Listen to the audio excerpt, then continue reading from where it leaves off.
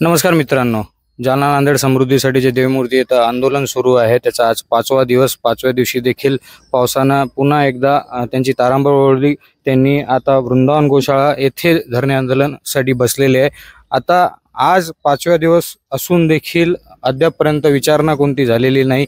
काही तोडगा काढण्यासाठी मार्ग काही निघेल का नाही, आता त्यांची आशा कमी होत असताना त्यांच्या भावना तीव्र होत आहेत। आज कल्याण काळे साहेब आणि माजी आमदार कैलाश गोरंट्याल यांनी इथं भेट देऊन त्यांच्या भावना जाणून घेतल्या। जिल्हाधिकारी सोबत बैठक देखील झाली। नेमकं आता त्यांच्या काय भावना आहेत आपण जाणून घेऊया। आज तुम्ही 5व्या दिवशी आंदोलनात बसलेले, आज काय भावना आहे तुमची? अद्यापपर्यंत साधी विचारणा सुद्धा झालेली नाही।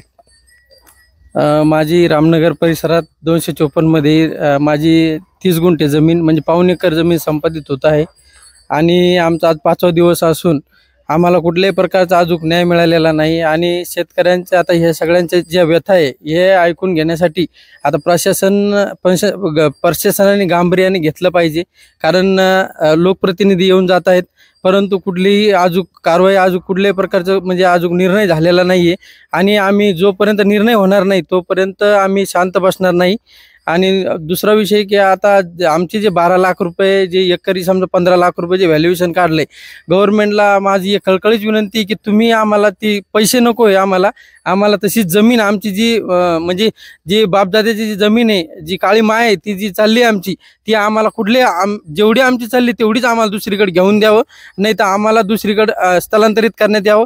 आणि कारण आमची कुठली दखल घेतल्या जात नाही। वारंवार अर्ज करून किंवा वारंवार आंदोलनं करून सुद्धा आमच्या कुठल्याही प्रकारचे आतापर्यंत गव्हर्नमेंटनं अशी जशी पाहिजे, मागच्या वेळेस कलेक्टर साहेबांनी येऊन आम्हाला हे दिलं होतं की बाबा परत तुम्हाला आंदोलन करू देणार नाही आणि शेतकऱ्याच्या प्रत्येक प्रश्नाचा ह्या गोष्टीचा विचार केला जाईल, परंतु कुठल्याही प्रकारचा विचार अजूनपर्यंत तरी झाला नाही।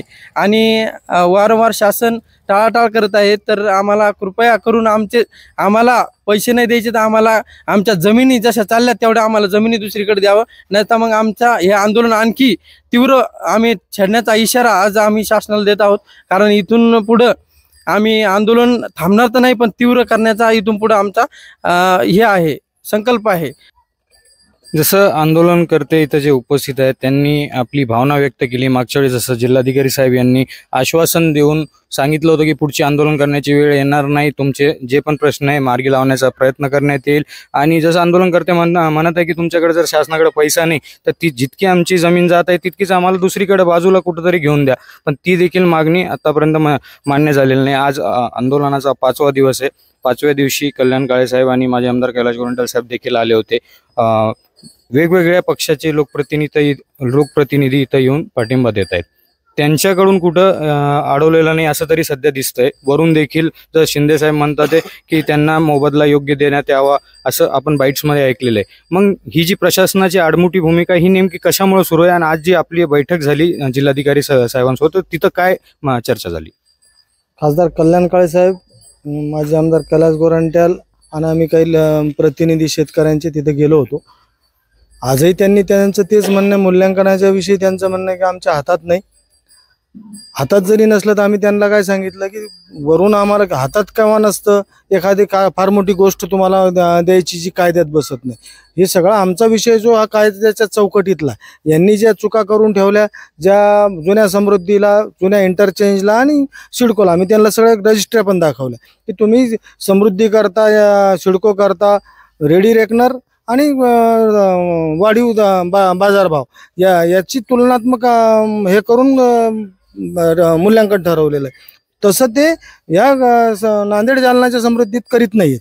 मग आमचा एकच मुद्दा आहे, ते झाल्याशिवाय प्रश्न सुरू होणं। आता दुसरं काय झालं की ज्यांची जे बाकीचे विषय जिथं चुका झाल्या, मोजणीत चुका आहे, झाडं धरले तर विहीर नाही धरली, विहीर धरली तर कोरडवाहू दाखवलं, ते ह्या ज्या चुका आहेत तर त्यांना सांगितलं की त्यांचं म्हणणं की तुम्ही आमच्याकडे आम्हाला दाखवा। आणि म्हणलं तुम्ही यांचा कशाला, तुमच्या अधिकारी चुका करतेच कसे? एक चूक होईल, 2 चूक होईल, 100 चुका या मुद्दाम जाणून बुजून केलेल्या आहे। कुठेतरी भ्रष्टाचार करण्याचा उद्देश आहे, हे सगळं काळे साहेबांनी सांगितलं आणि आम्ही बी सांगितलं। तर आता लास्ट आम्ही त्यांना हे दिलेलं आहे की आम्हाला एक 8 दिवसाचा अल्टिमेटम देतो, 8 दिवसात तुम्ही हे सर्व प्रश्न तुमच्या लेवलचे मार्गी लावा आणि शासनालाही कळवा, नाही तर आम्ही आत्मदहन करू। जसं तुम्ही म्हणताय की जिल्हाधिकारी साहेब म्हणताय की तुमच्या अडचणी ज्या असतील त्या घेऊन आमच्याकडे या, तर तुम्ही मेन जे मागचं आंदोलन झालं होतं त्याच्यानंतर 3 महिन्यामध्ये त्यांनी काय केलंय नेमकं? केलं पण काही फार असं सकारात्मक नाही. त्यांनी सुरुवात केली पण त्यातून काही परिणाम असे काही जाणवले नाहीत. पण आज आम्ही त्यांना सांगितलं की आता हे झाल्याशिवाय काही सुटका नाही. आणि त्यांनी आता काय केलंय, आमच्या शेतांमध्ये मागे मोजण्यांकरता कंत्राटदाराबरोबर अनधिकृतपणे पोलीस फोर्स देणं सुरू केलं. तर आम्ही त्यांना सांगितलं की थांबवा, आम्ही इकडे बसलो तो उपोषणाला, आमच्या जमिनीवर तुम्ही मोजमाप करणार म्हणजे आमचे दोन्हीकडे जीव लागलेला, तर तसं करू नका.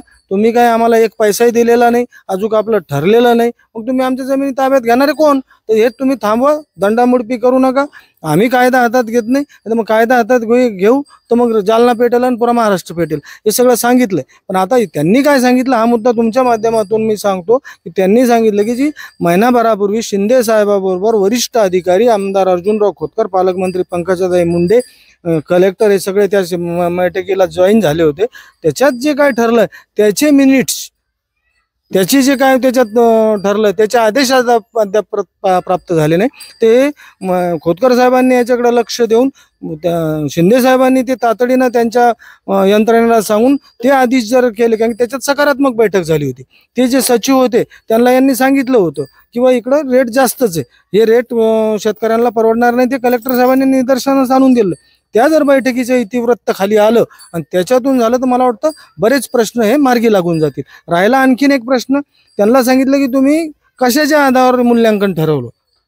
रेडी रेकनर आणि आम्ही ज्या रजिस्ट्र्या दिल्यात बऱ्याच शेतकऱ्यांनी त्यांनी ते ग्राह्यच धरले नाही. तर म्हणे आता द्या तुम्ही. अरे म्हणलं आम्ही द्या नाही, तुमच्याकडे रेकॉर्ड असतो, तुम्हीच ते काढायचं असतो आणि तुम्हीच ते ठरवायचं असतं की 4 रजिस्ट्र्या आल्या, मग ही जास्त ही कमी, मग याचं सरासरी काढून तुम्ही ठरवायचं असतं. तर ते आता त्याच्या बाबतीत चर्चा झाली. आम्ही त्याच्यावर आग्रही आहोत की ते रजिस्ट्र्या तुम्ही जे दर आहेत जे सिडकोला दिले किंवा न दिले त्याच्याशिवाय आम्ही उपोषण सोडत नाही. आम्ही महिनाभर काय 6 महिने बी इथं बसायला तयार आहे, लाट्या झेलायला तयार आहे, गोळ्या खायला तयार आहे.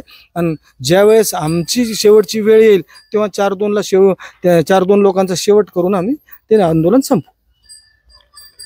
एकूणच जर आपण बघितलं, आज जी जिल्हाधिकारी साहेबांसोबत जी बैठक झाली त्याच्यामध्ये आंदोलनकर्त्याच्या वतीनं सांगण्यात आलं की जे सरासरी काढण्यात येते बाजारभावाने रेडी रेकनरमध्ये, जसं तुम्ही सिडकोमध्ये केलंय, जसं तुम्ही मागच्या समृद्धीमध्ये केलंय, जसं इंटरचेंज तुम्ही करताना निधोना येतं केलंय, तेच जो कायदा आहे तो इथं का लागू करत नाही? वेळोवेळी जे भ्रष्ट अधिकारी आहे ते शेतकऱ्यांची थट्टा उडवतात, छोट्या छोट्या गोष्टीसाठी हे सगळ्या गोष्टी कराव्या लागतात. तर जर हीच वेळ जर तोडगा निघाला नाही तर येणाऱ्या 8 दिवसात त्यांनी आत्मदानाचा देखील इशारा दिलेला आहे आणि आता शेतकऱ्यांचं आंदोलन हे पेटण्याच्या मार्गावर आहे.